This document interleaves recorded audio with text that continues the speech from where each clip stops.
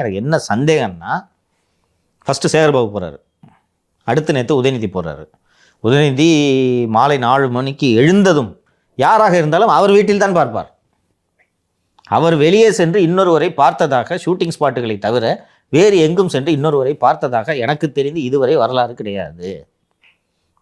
அவ்வளோ பெரிய இளைஞரணி மாநாட்டு நடத்தினாங்க சேலத்தில் தானேப்பா, சரி, சேலத்தில் நடத்தினாங்க. அங்கே அதுக்கு காரணமான திரு நேரு, அங்கே வேலை செய்தவர்கள், முக்கியமானவர்கள்லாம் வீட்டுக்கு தான் கூப்பிட்டாரு. நேரு அவர் பிறந்த நாளுக்கு எங்கேப்பா போய் ஆசி வாங்கினாரு? அவர் குறிஞ்சி இல்லத்தில். எல்லாருமே அது பின்னாடி பார்த்தீங்கன்னா அந்த பிளாக் பேக்ரவுண்டு சினிமா செட்டு மாதிரியே இருக்கும் அந்த ரூமு. அதாவது ஃபோட்டோ எடுக்கிறதுக்கு நல்லா, ஏன்னா இவர் எப்பவும் யூனிஃபார்ம் வெள்ளை டிஷர்ட்டு உதயசூரியன் சிம்பிள் போட்டுன்னு இவர் நிற்பார். ஸோ அந்த பேக்ரவுண்டுக்கு மாதிரி அதை பார்த்தீங்கனாலே தெரிஞ்சிடும் இது யாருடைய வீடுன்ட்டு. எல்லாரையும் குறிஞ்சிக்கு தான் வர வைப்பார். குறிஞ்சிக்கு போய் நாங்கள் வெயிட் பண்ணோம், இல்லை ரெஸ்ட்டில் இருக்கார் வருவார்னு சொல்லுவாங்க, நீங்கள் வெயிட் பண்ணணும் ரிசப்ஷனில்.